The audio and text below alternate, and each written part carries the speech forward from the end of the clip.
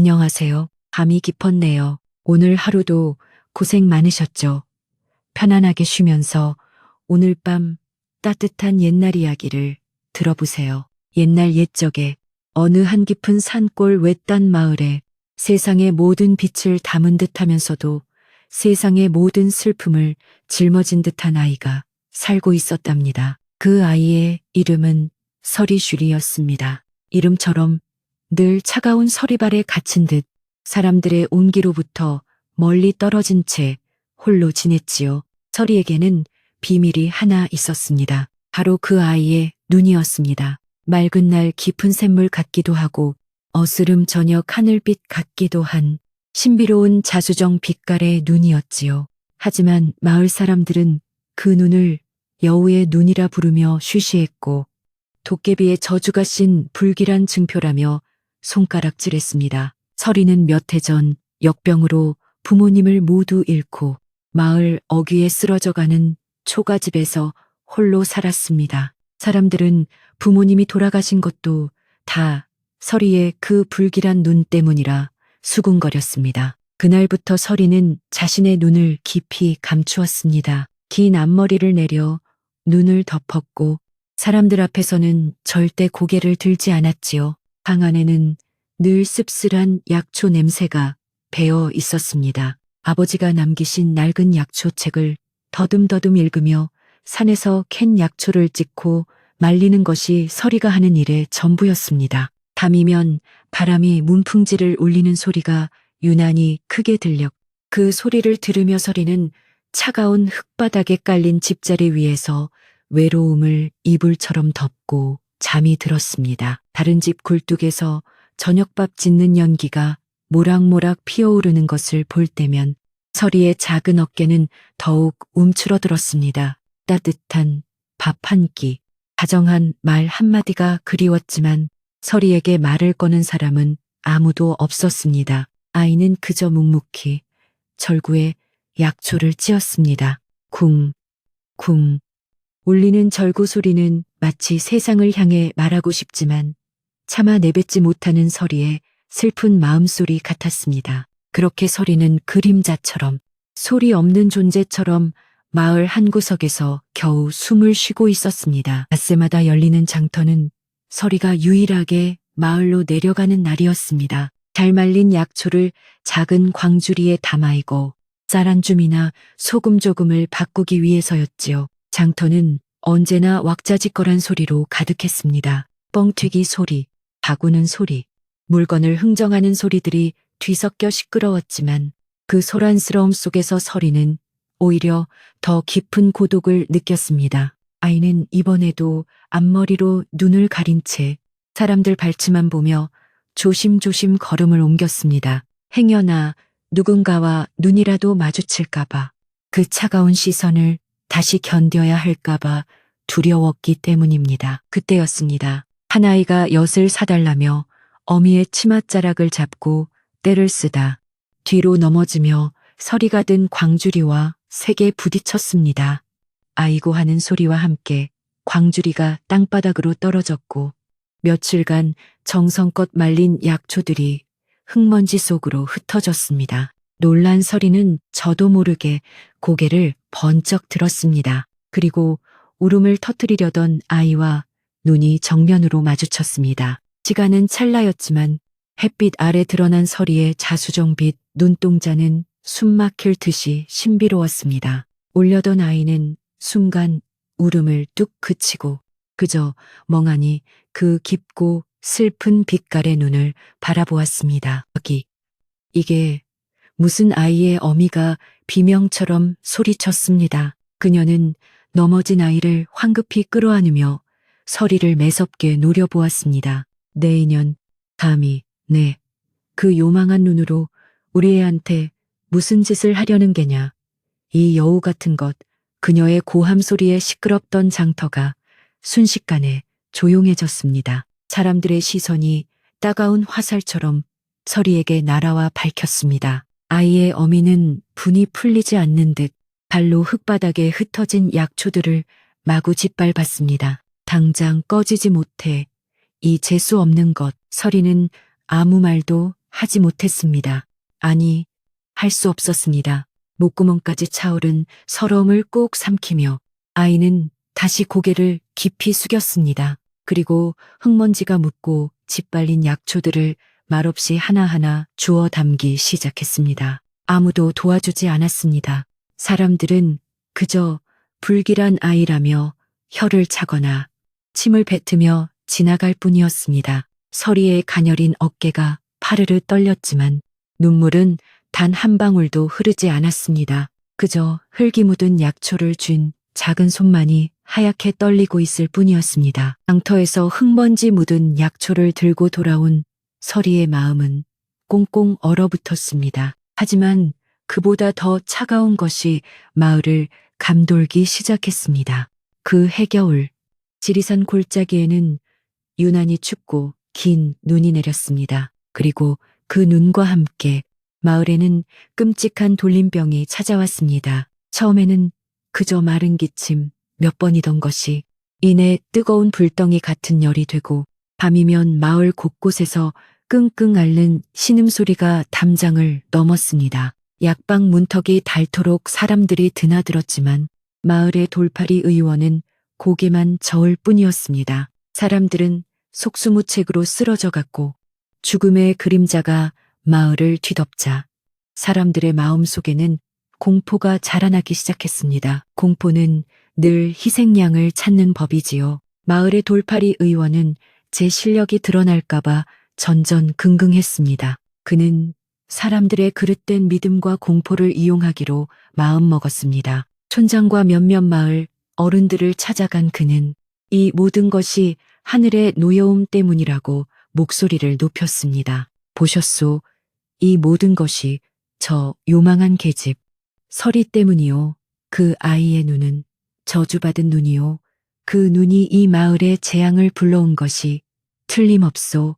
마침 그가 소리치는 순간 밖에서는 으르렁거리는 소리와 함께 무섭게 눈보라가 몰아치기 시작했습니다. 하늘이 마치 그의 말에 답이라도 하듯 성난 바람이 문짝을 세차게 흔들었습니다. 사람들은 이성을 잃었습니다. 눈앞에서 가족이 죽어가는 고통과 알 수 없는 병에 대한 공포는 돌팔이 의원의 터무니없는 말을 맹목적으로 믿게 만들었습니다. 그 거대한 눈보라는 마치 하늘의 증거인 듯 보였습니다.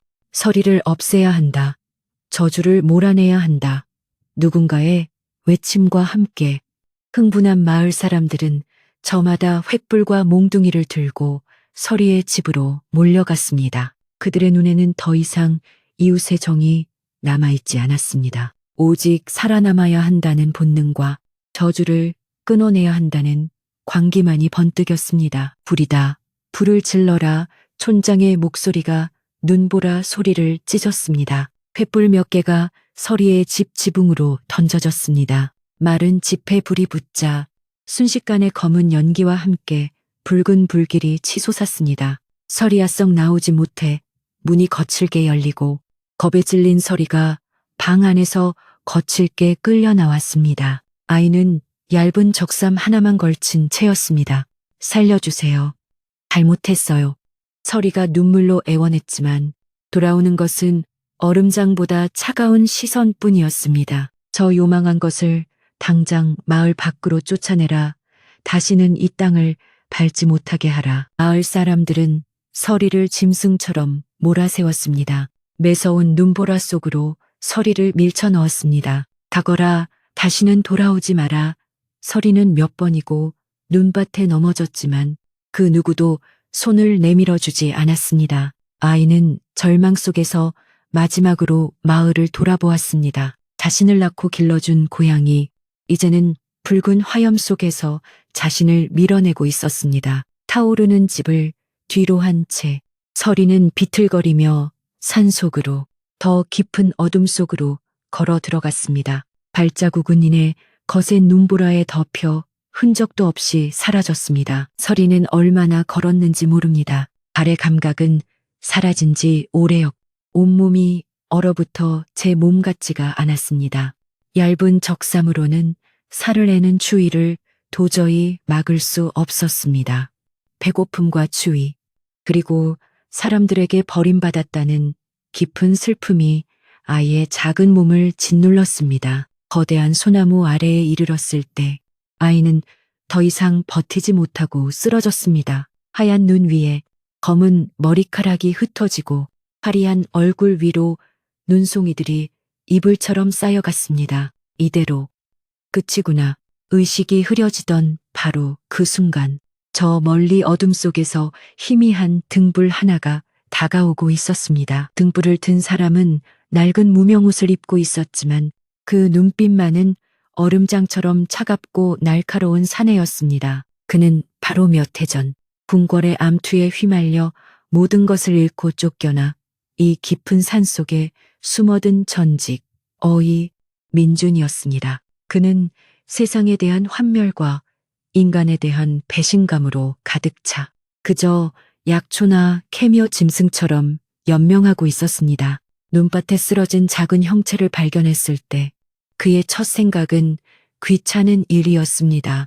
하지만 다가가서 아이의 희미한 숨결을 확인하는 순간 의원으로서의 본분이 그의 차가운 마음을 흔들었습니다. 민주는 말없이 서리를 들쳐 업었습니다. 아이는 깃털처럼 가벼웠습니다. 그는 자신의 작은 오두막으로 서리를 데려왔습니다. 오두막은 비록 작고 허름했지만 아궁이에서 타오르는 장작불 덕분에 훈훈한 온기가 감돌았습니다. 민주는 서리에 젖은 옷을 벗기고 자신의 낡은 소미불로 아이의 몸을 감쌌습니다. 그리고는 약탕기에 밤새 달여둔 따뜻한 탕약을 그릇에 담아 서리의 입에 조금씩 흘려 넣었습니다.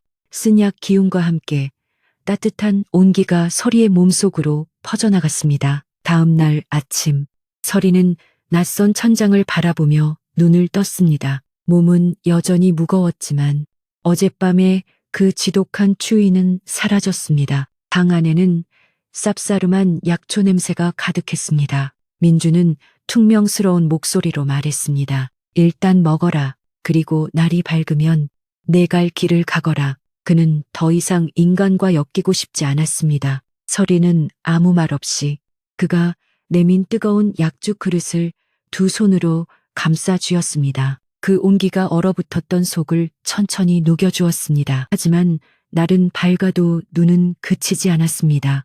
눈은 며칠 밤낮으로 쏟아져 오두막 문을 열 수 없을 정도로 쌓였습니다. 서리는 떠나지 않았습니다. 아니, 떠날 곳이 없었지요. 대신 아이는 말없이 일어나 민준의 어지러운 오두막을 정리하기 시작했습니다. 흩어져 있던 약초들을 종류별로 묶어 실ong에 매달고 흙바닥을 깨끗이 쓸었습니다.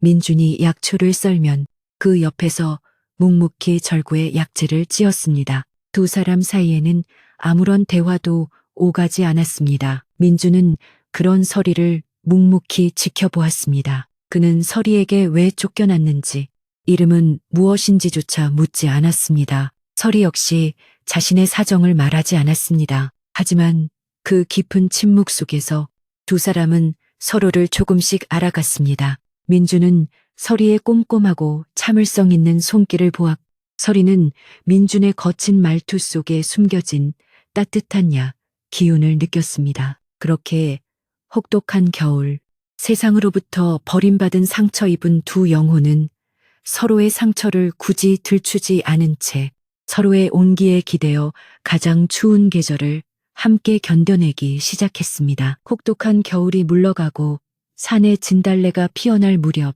끔찍했던 돌림병이 다시 고개를 들었습니다. 이번에는 산 너머 마을뿐만 아니라 민준이 숨어 사는 깊은 골짜기까지 그 검은 그림자가 드리워졌습니다. 병마는 인정사정 없이 닥쳤습니다. 근처에서 나무를 하던 화전민 몇몇이 오두막을 찾아와 쓰러졌습니다. 그들은 서리가 쫓겨났던 마을에서 본 것과 똑같은 증세, 즉 불덩이 같은 열과 끔찍한 기침에 시달렸습니다. 민주는 옛 어이로서의 모든 지식과 경험을 총동원했습니다. 밤낮으로 약을 다리고 침을 놓으며 사투를 벌였지만 병세는 좀처럼 잡히지 않았습니다. 한때 궁궐에서 왕의 숨소리 하나로 건강을 일궈내던 그였지만 이 이름 모를 병 앞에서는 속수무책이었습니다. 며칠 밤을 샌 그의 얼굴은 절망으로 창백해졌습니다. 틀렸다. 내가 처방한 약이 듣질 않아. 대체 무엇이 문제란 말인가? 민준이 탕약을 든 채 주저앉아 신음했습니다. 그의 앞에는 한 젊은 나무꾼이 금방이라도 숨이 넘어갈 듯 가쁜 숨을 몰아쉬고 있었습니다. 방 안에는 죽음의 냄새와 짙은 약초 냄새가 뒤섞여 숨이 막힐 지경이었습니다. 그동안 묵묵히 민준을 도우며 물을 나르고 약재를 빻던 서리가 그 순간 조용히 자리에서 일어났습니다. 서리는 늘 그랬듯 고개를 숙인 채였습니다. 하지만 아이는 발을 멈추지 않고 신음하는 나무꾼의 머리맡으로 다가갔습니다. 민준이 놀라 아이를 바라보았습니다. 서리야, 위험하다. 어서. 그의 말이 채 끝나기도 전에 서리는 천천히 고개를 들었습니다. 그리고 처음으로 자신의 의지로 길게 내려뜨린 앞머리를 쓸어넘겨 두 눈을 완전히 드러냈습니다. 방 안의 희미한 등잔불빛 속에서 아이의 자수정빛 눈동자가 신비롭게 빛났습니다. 아이는 두려움 없이 죽어가는 나무꾼의 얼굴을 정면으로 바라보았습니다. 그것은 꿰뚫어보는 눈빛이었습니다. 아이는 병의 증상, 즉 뜨거운 열이나 거친 기침을 보는 것이 아니었습니다. 마치 맑은 물이 흙탕물을 꿰뚫어보듯 아이의 시선은 남자의 고통스러운 육신을 넘어 그 안의 근원을 향했습니다. 한참 동안 남자를 응시하던 서리의 입이 천천히 열렸습니다. 겨우내 한두 마디씩 내뱉던 목소리가 아니었습니다. 그것은 맑고 단단한 확신에 찬 목소리였습니다. 대감, 심장이 아닙니다. 열은 간에서부터 오고 있습니다. 저 안쪽에 검고 탁한 기운이 막혀 있습니다. 민주는 거대한 망치로 머리를 맞은 듯한 충격을 받았습니다. 그는 여태껏 열이 심해 심장과 폐에 문제가 생겼다 진단하고 그에 맞는 약을 처방해 왔던 것입니다. 간이라니, 그것은 그가 전혀 생각지 못한 방향이었습니다. 간이라고 그가 멍하니 되뇌었을 때 서리는 단호하게 고개를 끄덕였습니다. 그 검은 기운이 풀리지 않으면 열은 내리지 않을 것입니다. 민주는 서리의 눈을 보았습니다. 그 깊이를 알 수 없는 자수정빛 눈동자 속에는 여우의 짖이나 도깨비의 저주 같은 것은 없었습니다. 그곳에는 오직 흔들림 없는 진실만이 담겨 있었습니다. 민주는 더 이상 망설이지 않았습니다. 그는 곧바로 약장으로 달려가 간에 열을 내리고 독을 푸는 약재들을 꺼내기 시작했습니다. 지호, 황금, 용담초. 그가 평소라면 이 병증에 절대 쓰지 않았을 차가운 성질의 약재들이었습니다. 그는 미친 듯이 약을 다렸습니다. 서리는 묵묵히 물을 떠다 부으며 불을 지폈습니다. 뜨거운 탕약이 나무꾼의 입으로 흘러 들어갔습니다. 꼬박 반나절이 지났을까.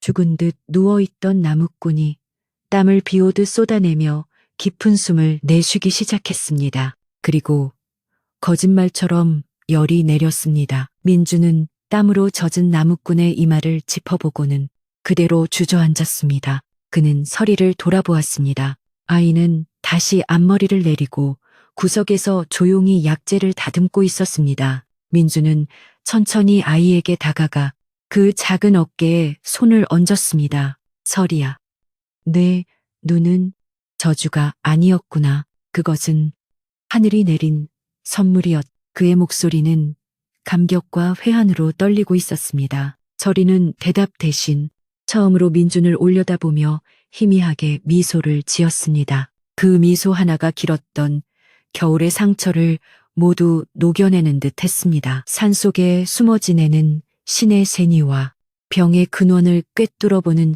신비한 눈을 가진 소녀. 이 놀라운 이야기는 산불처럼 빠르게 번져나갔습니다. 돌림병에서 살아난 사람들이 산을 내려가며 자신들이 겪은 기적을 이야기했습니다. 이야기는 꼬리에 꼬리를 물고 지리산 골짜기를 넘어 마침내 도성, 한양에까지 닿았습니다. 그리고 그 소문은 가장 깊고 어두운 곳, 바로 임금이 거처하는 대전까지 흘러 들어갔습니다. 이때 나라의 임금은 원인을 알 수 없는 기이한 병에 시달리고 있었습니다. 밤마다 악몽에 시달리며 잠을 이루지 못했고, 낮에는 만성적인 두통과 무기력증에 시달려 정사를 돌보지 못할 지경이었습니다. 내로라 하는 어이들이 모두 달라붙어 온갖 진귀한 약재를 올렸지만 병세는 날이 갈수록 깊어만 갔습니다. 임금의 옥체는 수척해졌고 그와 함께 임금의 마음도 날카로운 의심으로 병들어갔습니다. 아무도 몰랐지만 이 모든 것은 임금의 총애를 한 몸에 받는 수계 박씨의 치밀한 계략이었습니다. 그녀는 자신의 아들인 이겸 왕자를 세자로 책봉시키기 위해 아주 조금씩 아무도 알아챌 수 없는 희귀한 독을 임금의 탕약에 섞어왔던 것입니다. 임금이 쇠약해질수록 그녀의 권력은 강해졌습니다. 그런데 산골의 신이와 소녀 이야기가 그녀의 귀에 들어왔습니다. 숙의 박씨의 입가에 차가운 미소가 어렸습니다. 이것은 하늘이 준 기회였습니다. 전하 기뻐해 주시옵소서. 그리스계 박씨는 금방이라도 울음을 터뜨릴 듯한 얼굴로 임금의 침전으로 달려왔습니다. 지리산 자락에 만병을 고치는 신의와 병의 근원을 꿰뚫어보는 영험한 소녀가 있다 하옵니다. 부디 그들을 불러들여 전하의 옥체를 살피게 하시옵소서. 그녀의 연기는 실로 완벽했습니다. 임금을 위하는 충심과 애끓는 마음에 쇠약해진 임금은 감동했습니다. 그는 그것이 숙의 박씨가 놓은 덫인 줄은 꿈에도 몰랐습니다. 숙의 박씨의 속셈은 잔인했습니다. 만약 그들이 임금의 병을 고친다면 그녀는 그것이 불가능하다고 확신했습니다. 자신이 쓰는 독은 그 누구도 알 수 없었으니까요. 그것은 그것대로 좋았습니다. 하지만 만약 그들이 실패한다면 천자의 옥체에 함부로 손을 댄 죄, 임금을 능멸한 죄를 물어 당장 목을 베어버릴 생각이었습니다. 그러면 자신은 임금을 구하려 애쓴 충신이 되고 저들은 무고한 백성을 속인 사기꾼이 될 터였습니다. 그리고 아무도 더 이상 임금의 병을 고치려 들지 않을 것이었습니다. 어명은 즉시 지리산으로 향했습니다. 금군 김군의 복장을 한 10여 명의 군사들이 말발굽 소리를 울리며 고요한 산골짜기를 뒤흔들었습니다. 그들은 짐승을 잡듯 민준의 오두막을 겹겹이 에워쌌습니다. 어명을 받들라 의원 민준과 계집서리는 즉시 궐으로 들어가 전하를 배알하라. 벼락 같은 고함 소리와 함께 몇 년 만에 자신의 이름을 들은 민준은 그 자리에 얼어붙었습니다. 궁궐, 그가 다시는 돌아가지 않으리라 맹세했던 지옥이었습니다. 공포가 그의 온몸을 휘감았습니다. 민준은 자신도 모르게 서리의 앞을 막아섰습니다. 그는 궁궐의 생리를 너무도 잘 알았습니다. 저곳에 들어가면 살아서 나오기 힘들다는 것을. 아니되오. 우리는 그저 평범한. 그의 목소리가 공포로 떨려 나왔습니다. 바로 그때 민준의 등 뒤에 숨어있던 서리가 조용히 앞으로 나섰습니다. 아이는 더 이상 눈을 가리지 않았습니다. 맑고 깊은 자수정빛 눈으로 서슬 퍼런 칼을 든 군사의 우두머리를 정면으로 바라보았습니다. 아이의 눈에는 두려움이 없었습니다. 오히려 알 수 없는 평온함이 감돌았습니다. 가겠습니다. 그렇게 서리와 민주는 한양으로 압송되었습니다. 평생을 살아온 고요한 산을 뒤로 하고 그들은 굳게 닫힌 거대한 국문 안으로 들어섰습니다. 오두막의 따뜻한 흙냄새와 약초 냄새는 온데간데 없. 차가운 돌바닥에서 올라오는 한기와 권위적인 향냄새만이 그들을 맞이했습니다. 높고 육중한 기와지붕은 하늘을 네모나게 잘라놓았. 끝없이 이어진 회랑은 마치 거대한 미로 속으로 빨려 들어가는 듯 했습니다. 공안의 어이들과 내관들은 총구석에서 잡혀온 두 사람을 노골적으로 경멸했습니다. 저런 무지렁이들이 감히 옥체를 살핀다고 숙의 마마께서도 참으로 그들의 수군거림 속에서 민주는 고개를 들지 못했습니다. 잊고 지냈던 과거의 상처가 다시금 그를 짓눌렀습니다. 하지만 설이는 달랐습니다. 아이는 그 어떤 것에도 주눅들지 않고 묵묵히 걸었습니다. 마치 이 모든 것을 예견이라도 한 듯 고요하고 침착하게 발걸음을 옮겼습니다. 마침내 그들은 용이 조각된 거대한 문 앞, 임금이 누워있는 침전 앞에 섰습니다. 임금이 누워있는 침전 안은 무거운 침묵과 함께 짙은 약 냄새, 그리고 알 수 없는 긴장감으로 가득 차 있었습니다. 용상 주위로는 최고 상궁들과 어이들이 숨소리조차 죽인 채 늘어서 있었고 그 한쪽에는 아들 이겸 왕자와 함께 비단옷으로 치장한 쑥의 박씨가 금방이라도 눈물을 쏟을 듯 슬픈 표정을 지은 채 서 있었습니다. 하지만 그 슬픔은 교묘하게 계산된 연기였지요. 민주는 방 안에 들어서는 순간부터 한때 자신이 몸담았던 궁궐의 이 숨막히는 공기에 짓눌려 고개조차 들지 못했습니다. 그의 손은 식은 땀으로 축축했습니다. 모든 이의 시선이 총구석에서 끌려온 이 초라한 두 사람에게 향했습니다. 전하를 뵙고 진맥을 하라. 내관의 날카로운 목소리가 울렸습니다. 민주는 떨리는 발걸음을 옮겨 임금이 누워있는 용상 앞으로 나아갔습니다. 그는 예를 갖춰 절을 올리고 조심스럽게 임금의 마른 손목에 손가락을 얹었습니다. 그러나 맥을 짚으면 짚을수록 그의 미간은 더욱 깊게 찌푸려졌습니다. 맥은 지극히 약하고 가늘었으나 그 근원을 알 수 없는 혼탁한 기운이 마치 안개처럼 진짜 병증을 가리고 있었습니다. 그가 산속에서 겪었던 돌림병과는 전혀 다른 훨씬 더 교묘하고 사악한 기운이었습니다. 그는 식은땀을 흘리며 고개를 저었습니다. 이 병은 그의 의술로는 도저히 감당할 수 없는 것이었습니다. 그때였습니다. 민준의 등 뒤에 조용히 서 있던 서리가 천천히 앞으로 나섰습니다. 모두의 시선이 또다시 이 작은 소녀에게로 향했습니다. 서리는 더 이상 고개를 숙이고 있지 않았습니다.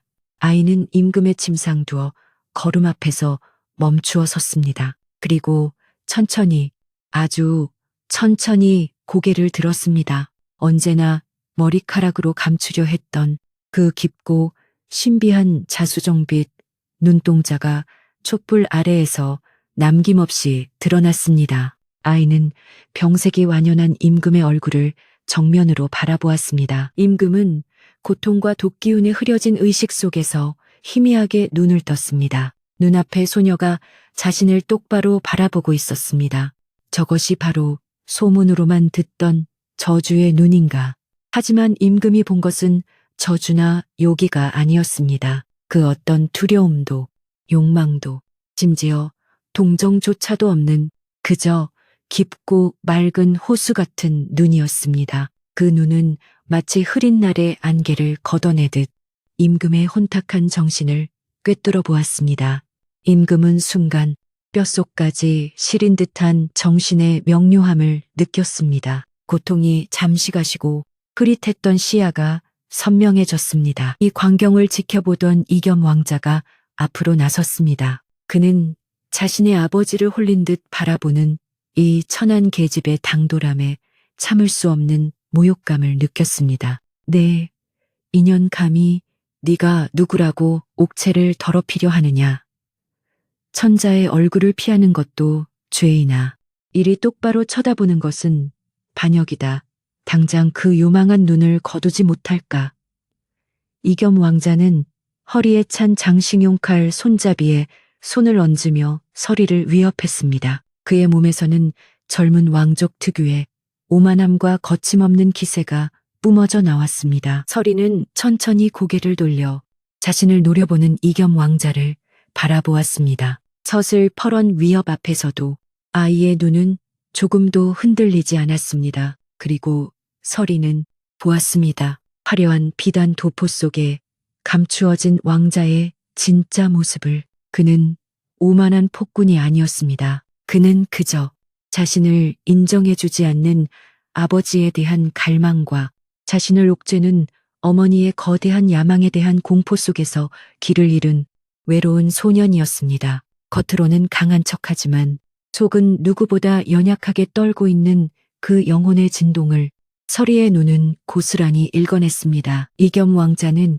그 눈과 마주치는 순간 얼어붙었습니다. 그는 평생 자신을 두려워하거나 아첨하거나 혹은 증오하는 눈빛만을 보아왔습니다. 하지만 이런 눈은 처음이었습니다. 자신을 꿰뚫어 보면서도 그 어떤 판단도 하지 않는 눈, 자신의 가장 깊은 곳, 가장 부끄러운 나약함을 들여다보면서도 그것을 비웃지 않는 눈, 그 자수정빛 눈동자 속으로 빨려 들어가는 순간 이겸 왕자의 얼음장 같던 심장이 깨졌습니다. 풍하고 거대한 것이 무너져 내리는 소리가 그의 귓속에서 울렸습니다. 그는 숨을 쉴 수 없었습니다.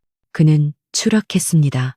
평생 느껴본 적 없는 강력하고 알 수 없는 감정의 소용돌이 속으로. 그것은 사랑이었습니다.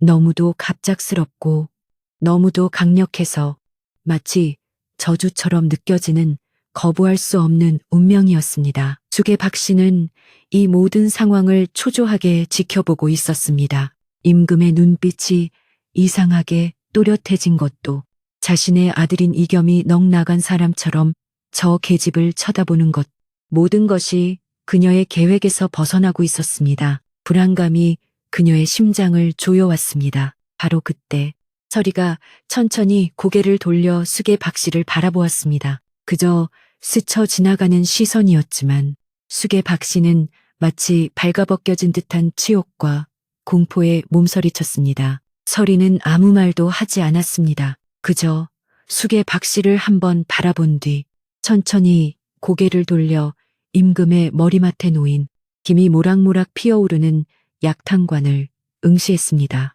그리고 다시 임금을 바라보았습니다. 그것뿐이었습니다. 말은 한마디도 없었습니다. 하지만 그 시선의 이동은 그 어떤 웅변보다도 더 명확한 진실을 가리키고 있었습니다. 숙의 박씨를 보고 상관을 보고 다시 자신을 보는 그 고요한 시선. 임금은 모든 것을 깨달았습니다. 그동안 자신을 괴롭혔던 병마의 실체를, 그리고 자신을 가장 사랑한다 속삭였던 여인의 검은 속내를. 임금의 말은 손이 부들부들 떨렸습니다. 그는 마지막 남은 힘을 다해 탕관을 가리켰습니다. 어이는 저 탕약을, 저것을 당장 확인하라. 임금의 쇠약하지만 단호한 명령의 어이가 황급히 탕관을 살폈습니다. 곧 어이의 얼굴이 사색이 되었습니다. 전하이, 이 약에는 독이었습니다. 아무도 알아챌 수 없게 아주 오랜 시간에 걸쳐 사람을 서서히 말려 죽이는 구하기 힘든 귀한 독초가 들어 있었습니다. 모든 것이 밝혀지는 순간이었습니다. 숙의 박씨는 그 자리에 주저앉아 절규했습니다. 아니옵니다. 전하 신첩은. 하지만 그녀의 연기는 더 이상 통하지 않았습니다. 이겸 왕자조차 어머니를 변호할 생각도 잊은 채 여전히 넋이 나간 듯 서리에게서 눈을 떼지 못하고 있었습니다. 궁궐은 발칵 뒤집혔습니다. 숙의 박씨는 모든 직위를 박탈당하고 가장 어둡고 차가운 궁의 별채에 갇히는 신세가 되었습니다. 임금은 서리와 민준 덕분에 목숨을 구했습니다. 경의 근원을 알아냈으니 해독은 민준의 몫이었습니다. 며칠 후 건강을 되찾기 시작한 임금은 두 사람을 다시 불렀습니다. 과인의 목숨을 구했으니 원하는 것은 무엇이든 말해보라. 금은 보화든 관직이든 무엇이든 내릴 것이다. 민준은 즉시 엎드려 아뢰었습니다. 황공하옵니다. 전하, 소신은 바라는 것이 없사옵니다. 그저 다시 산으로 돌아가 조용히 약초나 캐며 살 수 있도록 윤호하여 주시옵소서. 임금은 그의 소박한 바람에 고개를 끄덕였습니다. 바로 그때 그 자리에 함께 있던 이겸 왕자가 앞으로 나섰습니다. 그는 임금 앞에 엎드려 절을 올렸습니다. 그의 얼굴에서는 예전의 오만함은 찾아볼 수 없었습니다. 아바마마 소신, 평생의 소원이 생겼습니다. 부디 저 여인을 서리를 소신에게 하사하여 주시옵소서. 소신의 비누로 삼겠습니다. 대전하는 물을 끼얹은 듯 조용해졌습니다. 감히 왕자가 저작거리의 천한 계집, 그것도 저주의 눈을 가졌다는 아이를 아내로 맞이하겠다고 청한 것입니다. 이는 왕실의 법도에도 그 어떤 예법에도 맞지 않는 파격이었습니다. 신하들은 경악하며 수군거렸습니다. 임금 또한 아들의 뜻밖의 청에 놀랐지만 그는 이제 예전의 흐릿한 군주가 아니었습니다. 그는 아들의 눈을 보았습니다. 그곳에는 야망이나 호기심이 아닌 절박하고 진실된 마음이 담겨 있었습니다. 임금은 서리를 바라보았습니다. 이 모든 소동의 중심에 선 아이, 서리야. 임금이 처음으로 아이의 이름을 불렀습니다. 너의 뜻은 어떠하냐? 이는 한나라의 임금이, 그것도 조선이라는 엄격한 땅에서 한낱 미천한 소녀에게 선택을 물은 역사상 유례가 없는 순간이었습니다. 모든 시선이 서리에게로 향했습니다. 막강한 권력과 부를 약속하는 왕자가 그녀 앞에 엎드려 있었습니다. 그녀를 위해 모든 것을 버릴 준비가 되어 있는 듯 했습니다. 민주는 옆에서 조용히 눈을 감았습니다. 그는 이 아이를 잃을 것이라 생각했습니다. 어찌 감히 한낱 상골 의원이 왕자를 이길 수 있겠습니까? 서리는 그 자리에 조용히 서 있었습니다. 아이는 먼저 임금을 향해 깊이 허리를 숙였습니다. 그리고 자신을 애절하게 바라보는 이겸 왕자를 향해서도 예를 갖춰 절을 했습니다. 왕자는 기대감에 숨을 죽였습니다. 서리는 천천히 몸을 일으켰습니다. 그리고는 망설임 없이 곁에 서서 눈을 감고 있는 민준의 곁으로 걸어갔습니다. 아이는 아무 말도 하지 않았습니다. 그저 떨고 있는 민준의 거칠고 투박한 손을 자신의 작고 따뜻한 두 손으로 가만히 감싸 쥐었습니다. 그것이 서리의 대답이었습니다. 이겸 왕자는 그 모습을 바라보며 천천히 눈을 감았습니다. 가슴이 찢어지는 듯한 고통이 밀려왔지만 동시에 이상한 평온함이 찾아왔습니다. 그녀의 눈이 가르쳐준 진실이었습니다. 진정으로 사랑한다는 것은 그 사람의 선택을 존중하는 것임을, 그 사랑은 비록 얻을 수 없었지만 그를 얽매고 있던 어머니의 야망으로부터 그를 해방시켰, 그를 더 나은 사람으로 다시 태어나게 했습니다. 그것이 바로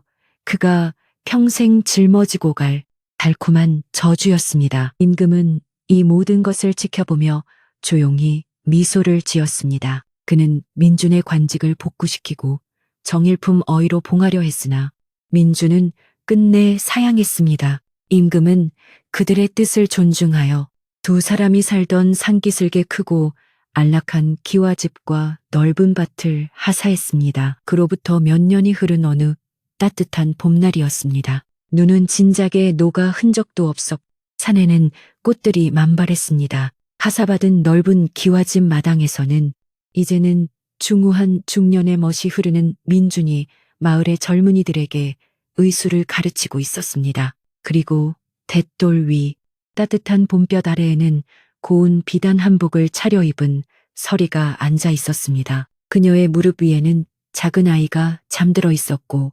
마당에서는 두세 살쯤 되어 보이는 사내 아이가 아장아장 걸음마를 배우다 넘어졌습니다. 아이가 울음을 터뜨리며 어미를 바라보았습니다. 서리는 아이를 향해 따뜻하게 미소 지었습니다. 햇살 아래 반짝이는 그녀의 자수정빛 눈동자는 더 이상 저주가 아니었습니다. 그것은 세상의 모든 진실을 꿰뚫어 보고 모든 상처를 보듬는 가장 깊고 따뜻한 지혜의 빛이었습니다. 안녕하세요. 밤이 깊었네요. 오늘 하루도 고생 많으셨죠?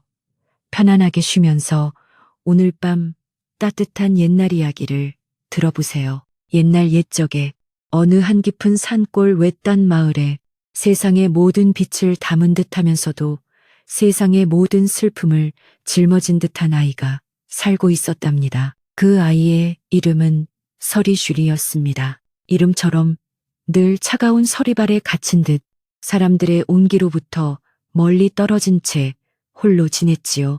서리에게는 비밀이 하나 있었습니다. 바로 그 아이의 눈이었습니다. 맑은 날 깊은 샘물 같기도 하고 어스름 저녁 하늘빛 같기도 한 신비로운 자수정 빛깔의 눈이었지요. 하지만 마을 사람들은 그 눈을 여우의 눈이라 부르며 쉬쉬했고 도깨비의 저주가 씬 불길한 증표라며 손가락질했습니다. 서리는 몇 해 전 역병으로 부모님을 모두 잃고 마을 어귀에 쓰러져가는 초가집에서 홀로 살았습니다. 사람들은 부모님이 돌아가신 것도 다 서리의 그 불길한 눈 때문이라 수군거렸습니다. 그날부터 서리는 자신의 눈을 깊이 감추었습니다. 긴 앞머리를 내려 눈을 덮었고 사람들 앞에서는 절대 고개를 들지 않았지요. 방 안에는 늘 씁쓸한 약초 냄새가 배어 있었습니다. 아버지가 남기신 낡은 약초책을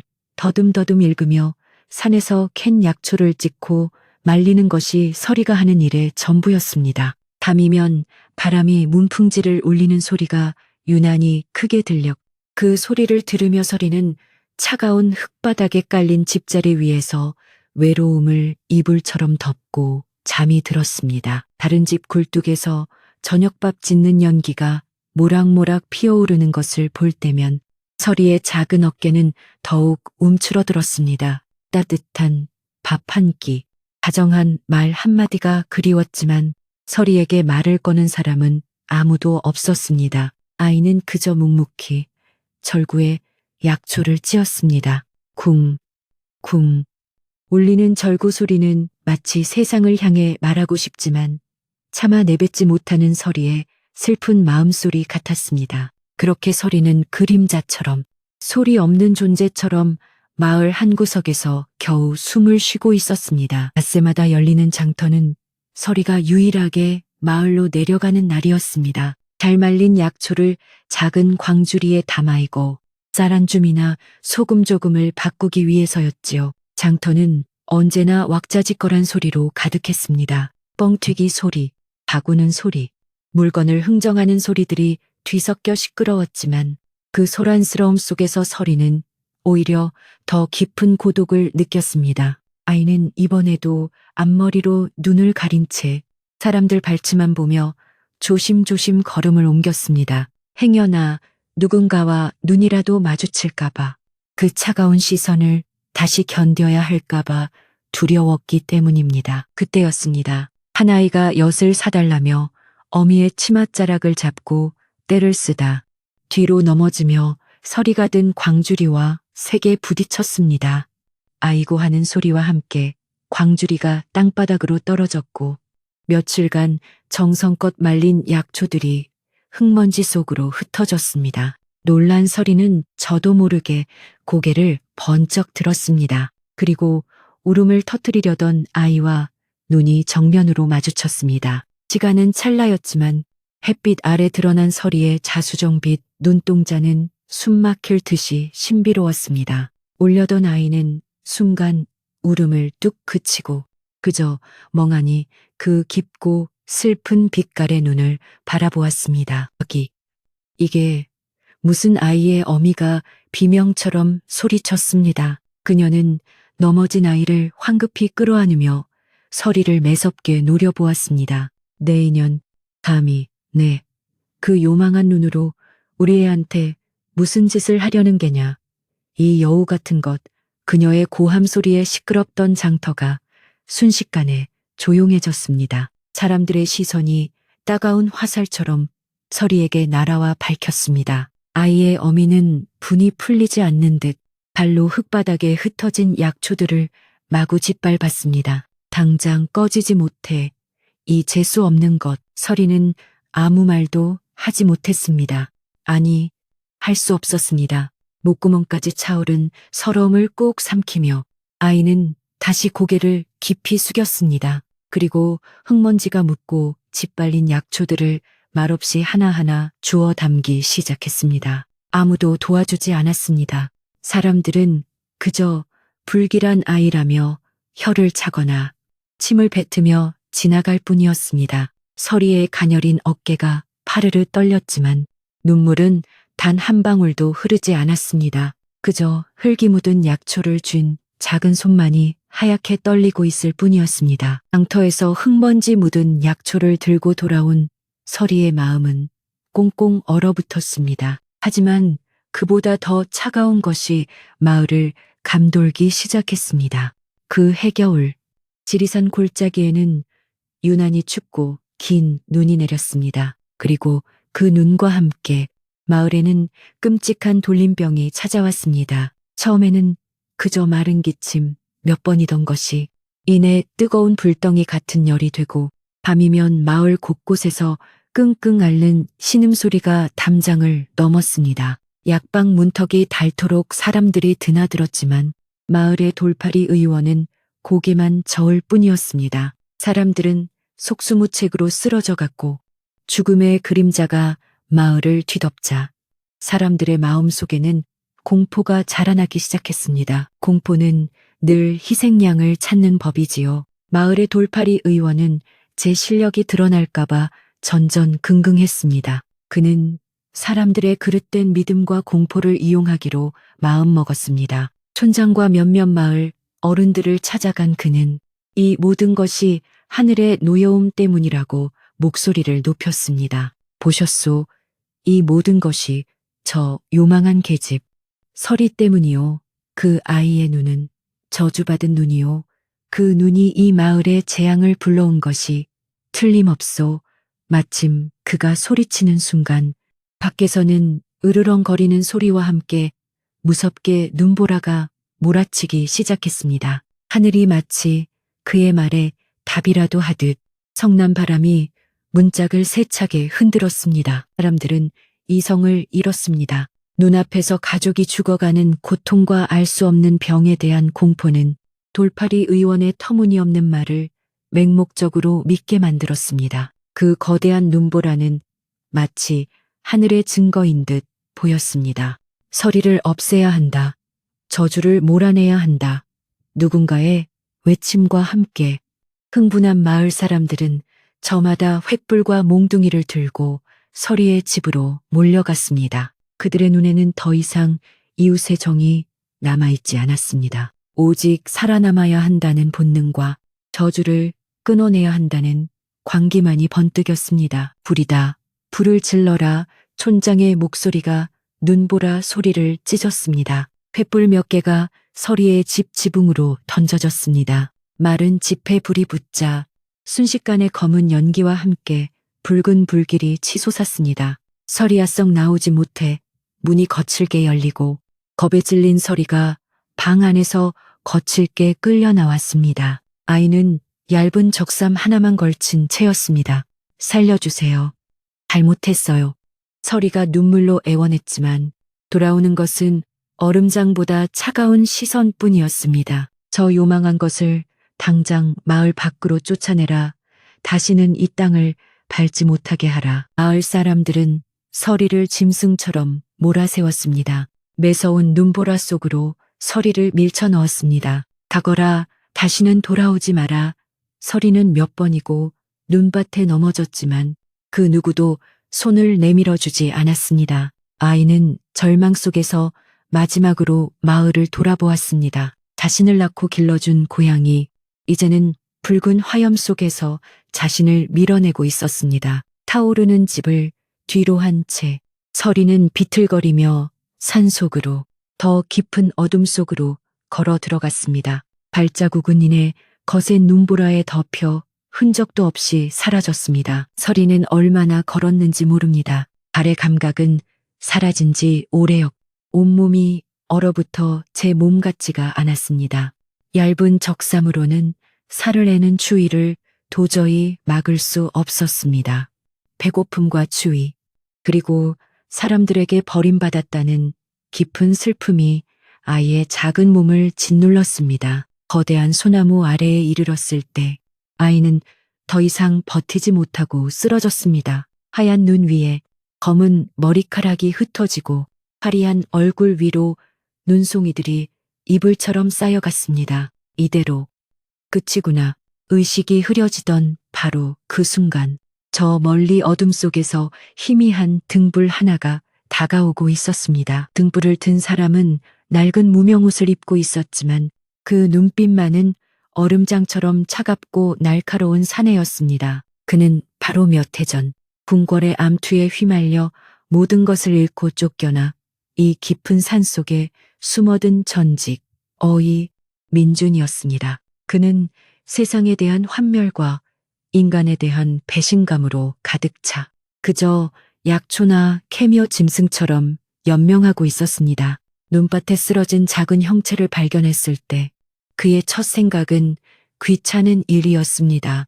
하지만 다가가서 아이의 희미한 숨결을 확인하는 순간 의원으로서의 본분이 그의 차가운 마음을 흔들었습니다. 민주는 말없이 서리를 들쳐 업었습니다. 아이는 깃털처럼 가벼웠습니다. 그는 자신의 작은 오두막으로 서리를 데려왔습니다. 오두막은 비록 작고 허름했지만 아궁이에서 타오르는 장작불 덕분에 훈훈한 온기가 감돌았습니다. 민주는 서리에 젖은 옷을 벗기고 자신의 낡은 소미불로 아이의 몸을 감쌌습니다. 그리고는 약탕기에 밤새 달여둔 따뜻한 탕약을 그릇에 담아 서리의 입에 조금씩 흘려 넣었습니다. 쓴약 기운과 함께 따뜻한 온기가 서리의 몸속으로 퍼져나갔습니다. 다음 날 아침, 서리는 낯선 천장을 바라보며 눈을 떴습니다. 몸은 여전히 무거웠지만 어젯밤의 그 지독한 추위는 사라졌습니다. 방 안에는 쌉싸름한 약초 냄새가 가득했습니다. 민주는 퉁명스러운 목소리로 말했습니다. 일단 먹어라. 그리고 날이 밝으면 내 갈 길을 가거라. 그는 더 이상 인간과 엮이고 싶지 않았습니다. 서리는 아무 말 없이 그가 내민 뜨거운 약주 그릇을 두 손으로 감싸 쥐었습니다. 그 온기가 얼어붙었던 속을 천천히 녹여주었습니다. 하지만 날은 밝아도 눈은 그치지 않았습니다. 눈은 며칠 밤낮으로 쏟아져 오두막 문을 열 수 없을 정도로 쌓였습니다. 서리는 떠나지 않았습니다. 아니, 떠날 곳이 없었지요. 대신 아이는 말없이 일어나 민준의 어지러운 오두막을 정리하기 시작했습니다. 흩어져 있던 약초들을 종류별로 묶어 실엉에 매달고 흙바닥을 깨끗이 쓸었습니다. 민준이 약초를 썰면 그 옆에서 묵묵히 절구에 약재를 찧었습니다. 두 사람 사이에는 아무런 대화도 오가지 않았습니다. 민주는 그런 서리를 묵묵히 지켜보았습니다. 그는 서리에게 왜 쫓겨났는지, 이름은 무엇인지조차 묻지 않았습니다. 서리 역시 자신의 사정을 말하지 않았습니다. 하지만 그 깊은 침묵 속에서 두 사람은 서로를 조금씩 알아갔습니다. 민주는 서리의 꼼꼼하고 참을성 있는 손길을 보았고 서리는 민준의 거친 말투 속에 숨겨진 따뜻한 기운을 느꼈습니다. 그렇게 혹독한 겨울, 세상으로부터 버림받은 상처 입은 두 영혼은 서로의 상처를 굳이 들추지 않은 채 서로의 온기에 기대어 가장 추운 계절을 함께 견뎌내기 시작했습니다. 혹독한 겨울이 물러가고 산에 진달래가 피어날 무렵 끔찍했던 돌림병이 다시 고개를 들었습니다. 이번에는 산 너머 마을뿐만 아니라 민준이 숨어 사는 깊은 골짜기까지 그 검은 그림자가 드리워졌습니다. 병마는 인정사정 없이 닥쳤습니다. 근처에서 나무를 하던 화전민 몇몇이 오두막을 찾아와 쓰러졌습니다. 그들은 서리가 쫓겨났던 마을에서 본 것과 똑같은 증세, 즉 불덩이 같은 열과 끔찍한 기침에 시달렸습니다. 민주는 옛 어이로서의 모든 지식과 경험을 총동원했습니다. 밤낮으로 약을 다리고 침을 놓으며 사투를 벌였지만 병세는 좀처럼 잡히지 않았습니다. 한때 궁궐에서 왕의 숨소리 하나로 건강을 읽어내던 그였지만 이 이름 모를 병 앞에서는 속수무책이었습니다. 며칠 밤을 샌 그의 얼굴은 절망으로 창백해졌습니다. 틀렸다. 내가 처방한 약이 듣질 않아. 대체 무엇이 문제란 말인가. 민준이 탕약을 든 채 주저앉아 신음했습니다. 그의 앞에는 한 젊은 나무꾼이 금방이라도 숨이 넘어갈 듯 가쁜 숨을 몰아쉬고 있었습니다. 방 안에는 죽음의 냄새와 짙은 약초 냄새가 뒤섞여 숨이 막힐 지경이었습니다. 그동안 묵묵히 민준을 도우며 물을 나르고 약재를 빻던 서리가 그 순간 조용히 자리에서 일어났습니다. 서리는 늘 그랬듯 고개를 숙인 채였습니다. 하지만 아이는 발을 멈추지 않고 신음하는 나무꾼의 머리맡으로 다가갔습니다. 민준이 놀라 아이를 바라보았습니다. 서리야, 위험하다. 어서. 그의 말이 채 끝나기도 전에 서리는 천천히 고개를 들었습니다. 그리고 처음으로 자신의 의지로 길게 내려뜨린 앞머리를 쓸어넘겨 두 눈을 완전히 드러냈습니다. 방 안의 희미한 등잔불빛 속에서 아이의 자수정빛 눈동자가 신비롭게 빛났습니다. 아이는 두려움 없이 죽어가는 나무꾼의 얼굴을 정면으로 바라보았습니다. 그것은 꿰뚫어보는 눈빛이었습니다. 아이는 병의 증상, 즉 뜨거운 열이나 거친 기침을 보는 것이 아니었습니다. 마치 맑은 물이 흙탕물을 꿰뚫어 보듯 아이의 시선은 남자의 고통스러운 육신을 넘어 그 안의 근원을 향했습니다. 한참 동안 남자를 응시하던 서리의 입이 천천히 열렸습니다. 겨우내 한두 마디씩 내뱉던 목소리가 아니었습니다. 그것은 맑고 단단한 확신에 찬 목소리였습니다. 대감, 심장이 아닙니다. 열은 간에서부터 오고 있습니다. 저 안쪽에 검고 탁한 기운이 막혀 있습니다. 민주는 거대한 망치로 머리를 맞은 듯한 충격을 받았습니다. 그는 여태껏 열이 심해 심장과 폐에 문제가 생겼다 진단하고 그에 맞는 약을 처방해 왔던 것입니다. 간이라니, 그것은 그가 전혀 생각지 못한 방향이었습니다. 간이라고 그가 멍하니 되뇌었을 때 서리는 단호하게 고개를 끄덕였습니다. 그 검은 기운이 풀리지 않으면 열은 내리지 않을 것입니다. 민주는 서리의 눈을 보았습니다. 그 깊이를 알 수 없는 자수정빛 눈동자 속에는 여우의 짖이나 도깨비의 저주 같은 것은 없었습니다. 그곳에는 오직 흔들림 없는 진실만이 담겨 있었습니다. 민주는 더 이상 망설이지 않았습니다. 그는 곧바로 약장으로 달려가 간에 열을 내리고 독을 푸는 약재들을 꺼내기 시작했습니다. 지호, 황금, 용담초. 그가 평소라면 이 병증에 절대 쓰지 않았을 차가운 성질의 약재들이었습니다. 그는 미친 듯이 약을 다렸습니다. 서리는 묵묵히 물을 떠다 부으며 불을 지폈습니다. 뜨거운 탕약이 나무꾼의 입으로 흘러 들어갔습니다. 꼬박 반나절이 지났을까.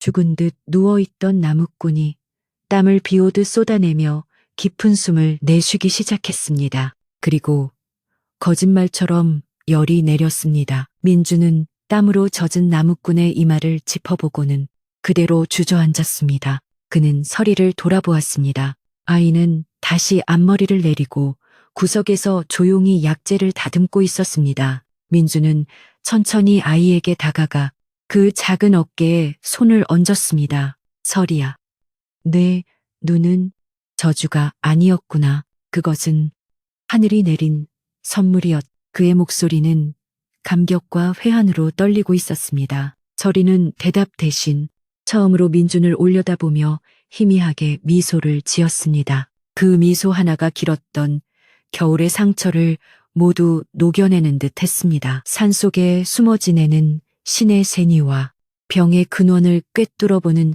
신비한 눈을 가진 소녀.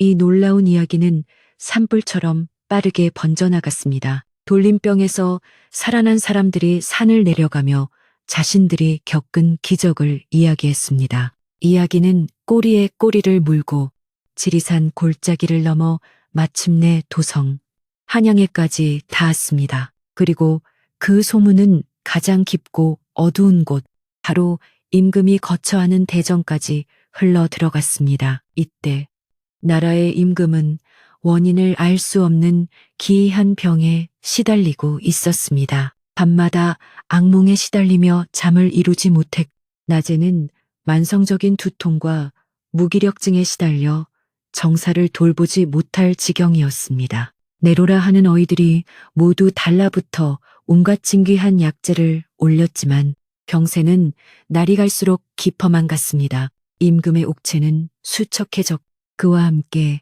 임금의 마음도 날카로운 의심으로 병들어갔습니다. 아무도 몰랐지만 이 모든 것은 임금의 총애를 한 몸에 받는 숙의 박씨의 치밀한 계략이었습니다. 그녀는 자신의 아들인 이겸 왕자를 세자로 책봉시키기 위해 아주 조금씩 아무도 알아챌 수 없는 희귀한 독을 임금의 탕약에 섞어왔던 것입니다. 임금이 쇠약해질수록 그녀의 권력은 강해졌습니다. 그런데 산골의 신이와 소녀 이야기가 그녀의 귀에 들어왔습니다. 숙의 박씨의 입가에 차가운 미소가 어렸습니다. 이것은 하늘이 준 기회였습니다. 전하 기뻐해 주시옵소서. 그리스계 박씨는 금방이라도 울음을 터뜨릴 듯한 얼굴로 임금의 침전으로 달려왔습니다. 지리산 자락에 만병을 고치는 신의와 병의 근원을 꿰뚫어보는 영험한 소녀가 있다 하옵니다. 부디 그들을 불러들여 전하의 옥체를 살피게 하시옵소서. 그녀의 연기는 실로 완벽했습니다. 임금을 위하는 충심과 애끓는 마음에 쇠약해진 임금은 감동했습니다. 그는 그것이 숙의 박씨가 놓은 덫인 줄은 꿈에도 몰랐습니다. 숙의 박씨의 속셈은 잔인했습니다. 만약 그들이 임금의 병을 고친다면 그녀는 그것이 불가능하다고 확신했습니다. 자신이 쓰는 독은 그 누구도 알 수 없었으니까요. 그것은 그것대로 좋았습니다. 하지만 만약 그들이 실패한다면 천자의 옥체에 함부로 손을 댄 죄, 임금을 능멸한 죄를 물어 당장 목을 베어버릴 생각이었습니다. 그러면 자신은 임금을 구하려 애쓴 충신이 되고 저들은 무고한 백성을 속인 사기꾼이 될 터였습니다. 그리고 아무도 더 이상 임금의 병을 고치려 들지 않을 것이었습니다. 어명은 즉시 지리산으로 향했습니다. 금군 김군의 복장을 한 10여 명의 군사들이 말발굽 소리를 울리며 고요한 산골짜기를 뒤흔들었습니다. 그들은 짐승을 잡듯 민준의 오두막을 겹겹이 에워쌌습니다. 어명을 받들라 의원 민준과 계집서리는 즉시 궐으로 들어가 전하를 배알하라. 벼락 같은 고함 소리와 함께 몇 년 만에 자신의 이름을 들은 민준은 그 자리에 얼어붙었습니다. 궁궐, 그가 다시는 돌아가지 않으리라 맹세했던 지옥이었습니다. 공포가 그의 온몸을 휘감았습니다. 민준은 자신도 모르게 서리의 앞을 막아섰습니다. 그는 궁궐의 생리를 너무도 잘 알았습니다. 저곳에 들어가면 살아서 나오기 힘들다는 것을. 아니되오. 우리는 그저 평범한. 그의 목소리가 공포로 떨려 나왔습니다. 바로 그때 민준의 등 뒤에 숨어있던 서리가 조용히 앞으로 나섰습니다. 아이는 더 이상 눈을 가리지 않았습니다. 맑고 깊은 자수정빛 눈으로 서슬 퍼런 칼을 든 군사의 우두머리를 정면으로 바라보았습니다. 아이의 눈에는 두려움이 없었습니다. 오히려 알 수 없는 평온함이 감돌았습니다. 가겠습니다. 그렇게 서리와 민준은 한양으로 압송되었습니다. 평생을 살아온 고요한 산을 뒤로 하고 그들은 굳게 닫힌 거대한 궁문 안으로 들어섰습니다. 오두막의 따뜻한 흙냄새와 약초 냄새는 온데간데 없 차가운 돌바닥에서 올라오는 한기와 권위적인 향냄새만이 그들을 맞이했습니다. 높고 육중한 기와지붕은 하늘을 네모나게 잘라놓았 끝없이 이어진 회랑은 마치 거대한 미로 속으로 빨려 들어가는 듯 했습니다. 공안의 어이들과 내관들은 총구석에서 잡혀온 두 사람을 노골적으로 경멸했습니다. 저런 무지렁이들이 감히 옥체를 살핀다고 숙의 마마께서도 참으로 그들의 수군거림 속에서 민주는 고개를 들지 못했습니다. 잊고 지냈던 과거의 상처가 다시금 그를 짓눌렀습니다. 하지만 서리는 달랐습니다.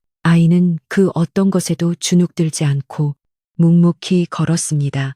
마치 이 모든 것을 예견이라도 한 듯 고요하고 침착하게 발걸음을 옮겼습니다. 마침내 그들은 용이 조각된 거대한 문 앞, 임금이 누워있는 침전 앞에 섰습니다. 임금이 누워있는 침전 안은 무거운 침묵과 함께 짙은 약 냄새, 그리고 알 수 없는 긴장감으로 가득 차 있었습니다. 용상 주위로는 최고 상궁들과 어이들이 숨소리조차 죽인 채 늘어서 있었고 그 한쪽에는 아들 이겸 왕자와 함께 비단옷으로 치장한 쑥의 박씨가 금방이라도 눈물을 쏟을 듯 슬픈 표정을 지은 채 서 있었습니다. 하지만 그 슬픔은 교묘하게 계산된 연기였지요. 민주는 방 안에 들어서는 순간부터 한때 자신이 몸담았던 궁궐의 이 숨막히는 공기에 짓눌려 고개조차 들지 못했습니다.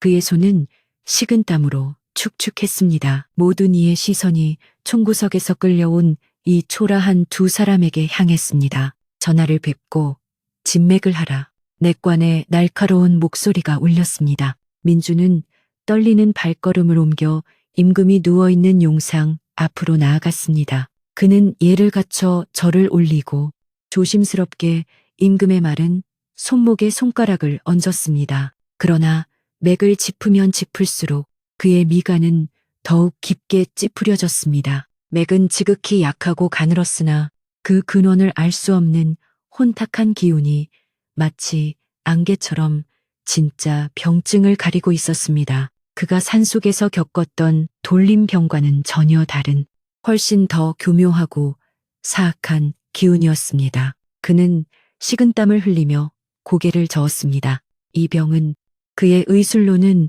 도저히 감당할 수 없는 것이었습니다. 그때였습니다. 민준의 등 뒤에 조용히 서 있던 서리가 천천히 앞으로 나섰습니다. 모두의 시선이 또다시 이 작은 소녀에게로 향했습니다. 서리는 더 이상 고개를 숙이고 있지 않았습니다. 아이는 임금의 침상 두어 걸음 앞에서 멈추어 섰습니다. 그리고 천천히, 아주 천천히 고개를 들었습니다. 언제나 머리카락으로 감추려 했던 그 깊고 신비한 자수정빛 눈동자가 촛불 아래에서 남김없이 드러났습니다. 아이는 병색이 완연한 임금의 얼굴을 정면으로 바라보았습니다. 임금은 고통과 독기운에 흐려진 의식 속에서 희미하게 눈을 떴습니다. 눈앞에 소녀가 자신을 똑바로 바라보고 있었습니다. 저것이 바로 소문으로만 듣던 저주의 눈인가. 하지만 임금이 본 것은 저주나 요기가 아니었습니다. 그 어떤 두려움도 욕망도 심지어 동정조차도 없는 그저 깊고 맑은 호수 같은 눈이었습니다. 그 눈은 마치 흐린 날의 안개를 걷어내듯 임금의 혼탁한 정신을 꿰뚫어 보았습니다. 임금은 순간 뼛속까지 시린 듯한 정신의 명료함을 느꼈습니다. 고통이 잠시 가시고 흐릿했던 시야가 선명해졌습니다. 이 광경을 지켜보던 이겸 왕자가 앞으로 나섰습니다. 그는 자신의 아버지를 홀린 듯 바라보는 이 천한 계집의 당돌함에 참을 수 없는 모욕감을 느꼈습니다. 네, 인연 감히 네가 누구라고 옥체를 더럽히려 하느냐. 천자의 얼굴을 피하는 것도 죄이나 이리 똑바로 쳐다보는 것은 반역이다. 당장 그 요망한 눈을 거두지 못할까.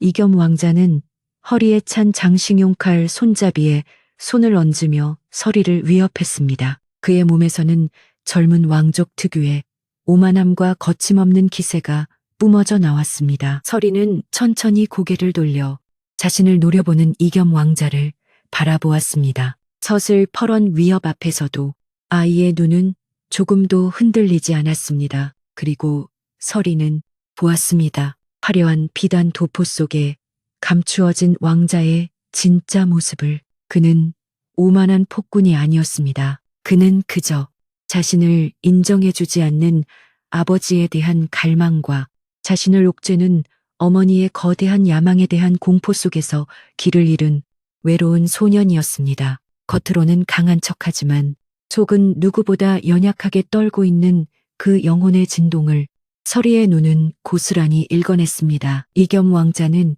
그 눈과 마주치는 순간 얼어붙었습니다. 그는 평생 자신을 두려워하거나 아첨하거나 혹은 증오하는 눈빛만을 보아왔습니다. 하지만 이런 눈은 처음이었습니다. 자신을 꿰뚫어 보면서도 그 어떤 판단도 하지 않는 눈, 자신의 가장 깊은 곳, 가장 부끄러운 나약함을 들여다보면서도 그것을 비웃지 않는 눈, 그 자수정빛 눈동자 속으로 빨려 들어가는 순간 이겸 왕자의 얼음장 같던 심장이 깨졌습니다. 풍하고 거대한 것이 무너져 내리는 소리가 그의 귓속에서 울렸습니다. 그는 숨을 쉴 수 없었습니다.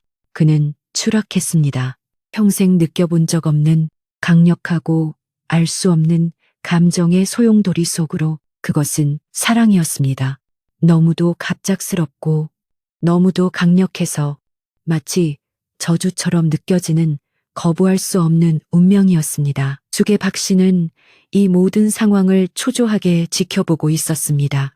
임금의 눈빛이 이상하게 또렷해진 것도, 자신의 아들인 이겸이 넋나간 사람처럼 저 계집을 쳐다보는 것, 모든 것이 그녀의 계획에서 벗어나고 있었습니다. 불안감이 그녀의 심장을 조여왔습니다. 바로 그때 서리가 천천히 고개를 돌려 숙의 박 씨를 바라보았습니다. 그저 스쳐 지나가는 시선이었지만 숙의 박 씨는 마치 발가벗겨진 듯한 치욕과 공포에 몸서리쳤습니다. 서리는 아무 말도 하지 않았습니다. 그저 숙의 박 씨를 한번 바라본 뒤 천천히 고개를 돌려 임금의 머리맡에 놓인 김이 모락모락 피어오르는 약탕관을 응시했습니다. 그리고 다시 임금을 바라보았습니다. 그것뿐이었습니다. 말은 한마디도 없었습니다. 하지만 그 시선의 이동은 그 어떤 웅변보다도 더 명확한 진실을 가리키고 있었습니다. 숙의 박 씨를 보고, 판관을 보고, 다시 자신을 보는 그 고요한 시선. 임금은 모든 것을 깨달았습니다. 그동안 자신을 괴롭혔던 병마의 실체를, 그리고 자신을 가장 사랑한다 속삭였던 여인의 검은 속내를. 임금의 말은 손이 부들부들 떨렸습니다. 그는 마지막 남은 힘을 다해 탕관을 가리켰습니다. 어이는 저 탕약을, 저것을 당장 확인하라. 임금의 쇠약하지만 단호한 명령의 어이가 황급히 탕관을 살폈습니다. 곧 어이의 얼굴이 사색이 되었습니다. 전하이, 이 약에는 독이었습니다. 아무도 알아챌 수 없게 아주 오랜 시간에 걸쳐 사람을 서서히 말려 죽이는 구하기 힘든 귀한 독초가 들어 있었습니다. 모든 것이 밝혀지는 순간이었습니다. 숙의 박 씨는 그 자리에 주저앉아 절규했습니다. 아니옵니다. 전하 신첩은. 하지만 그녀의 연기는 더 이상 통하지 않았습니다. 이겸 왕자조차 어머니를 변호할 생각도 잊은 채 여전히 넋이 나간 듯 서리에게서 눈을 떼지 못하고 있었습니다. 궁궐은 발칵 뒤집혔습니다. 숙의 박 씨는 모든 직위를 박탈당하고 가장 어둡고 차가운 궁의 별채에 갇히는 신세가 되었습니다. 임금은 서리와 민준 덕분에 목숨을 구했습니다. 경의 근원을 알아냈으니 해독은 민준의 몫이었습니다. 며칠 후 건강을 되찾기 시작한 임금은 두 사람을 다시 불렀습니다. 과인의 목숨을 구했으니 원하는 것은 무엇이든 말해보라. 금은 보화든 관직이든 무엇이든 내릴 것이다. 민준은 즉시 엎드려 아뢰었습니다. 황공하옵니다. 전하, 소신은 바라는 것이 없사옵니다. 그저 다시 산으로 돌아가 조용히 약초나 캐며 살 수 있도록 윤호하여 주시옵소서. 임금은 그의 소박한 바람에 고개를 끄덕였습니다. 바로 그때 그 자리에 함께 있던 이겸 왕자가 앞으로 나섰습니다. 그는 임금 앞에 엎드려 절을 올렸습니다. 그의 얼굴에서는 예전의 오만함은 찾아볼 수 없었습니다. 아바마마 소신, 평생의 소원이 생겼습니다. 부디 저 여인을 서리를 소신에게 하사하여 주시옵소서. 소신의 비누로 삼겠습니다. 대전하는 물을 끼얹은 듯 조용해졌습니다. 감히 왕자가 저작거리의 천한 계집, 그것도 저주의 눈을 가졌다는 아이를 아내로 맞이하겠다고 청한 것입니다. 이는 왕실의 법도에도 그 어떤 예법에도 맞지 않는 파격이었습니다. 신하들은 경악하며 수군거렸습니다. 임금 또한 아들의 뜻밖의 청에 놀랐지만 그는 이제 예전의 흐릿한 군주가 아니었습니다. 그는 아들의 눈을 보았습니다. 그곳에는 야망이나 호기심이 아닌 절박하고 진실된 마음이 담겨 있었습니다. 임금은 서리를 바라보았습니다. 이 모든 소동의 중심에 선 아이, 서리야. 임금이 처음으로 아이의 이름을 불렀습니다. 너의 뜻은 어떠하냐? 이는 한나라의 임금이, 그것도 조선이라는 엄격한 땅에서 한낱 미천한 소녀에게 선택을 물은 역사상 유례가 없는 순간이었습니다. 모든 시선이 서리에게로 향했습니다. 막강한 권력과 부를 약속하는 왕자가 그녀 앞에 엎드려 있었습니다. 그녀를 위해 모든 것을 버릴 준비가 되어 있는 듯 했습니다. 민주는 옆에서 조용히 눈을 감았습니다. 그는 이 아이를 잃을 것이라 생각했습니다. 어찌 감히 한낱 상골 의원이 왕자를 이길 수 있겠습니까? 서리는 그 자리에 조용히 서 있었습니다. 아이는 먼저 임금을 향해 깊이 허리를 숙였습니다. 그리고 자신을 애절하게 바라보는 이겸 왕자를 향해서도 예를 갖춰 절을 했습니다. 왕자는 기대감에 숨을 죽였습니다. 서리는 천천히 몸을 일으켰습니다. 그리고는 망설임 없이 곁에 서서 눈을 감고 있는 민준의 곁으로 걸어갔습니다. 아이는 아무 말도 하지 않았습니다. 그저 떨고 있는 민준의 거칠고 투박한 손을 자신의 작고 따뜻한 두 손으로 가만히 감싸 쥐었습니다. 그것이 서리의 대답이었습니다. 이겸 왕자는 그 모습을 바라보며 천천히 눈을 감았습니다. 가슴이 찢어지는 듯한 고통이 밀려왔지만 동시에 이상한 평온함이 찾아왔습니다. 그녀의 눈이 가르쳐준 진실이었습니다. 진정으로 사랑한다는 것은 그 사람의 선택을 존중하는 것임을, 그 사랑은 비록 얻을 수 없었지만 그를 얽매고 있던 어머니의 야망으로부터 그를 해방시켜 그를 더 나은 사람으로 다시 태어나게 했습니다. 그것이 바로 그가 평생 짊어지고 갈 달콤한 저주였습니다. 임금은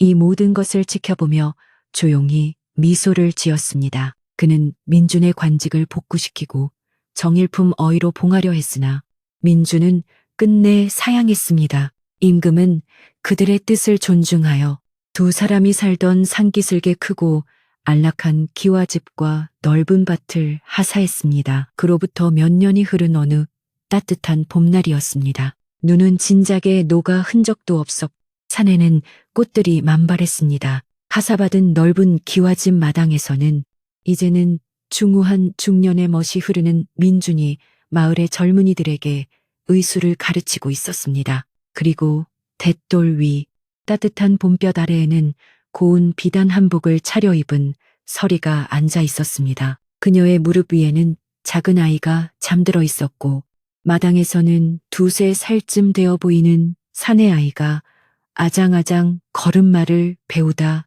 넘어졌습니다. 아이가 울음을 터뜨리며 어미를 바라보았습니다. 서리는 아이를 향해 따뜻하게 미소 지었습니다. 햇살 아래 반짝이는 그녀의 자수정빛 눈동자는 더 이상 저주가 아니었습니다. 그것은 세상의 모든 진실을 꿰뚫어 보고 모든 상처를 보듬는 가장 깊고 따뜻한 지혜의 빛이었습니다.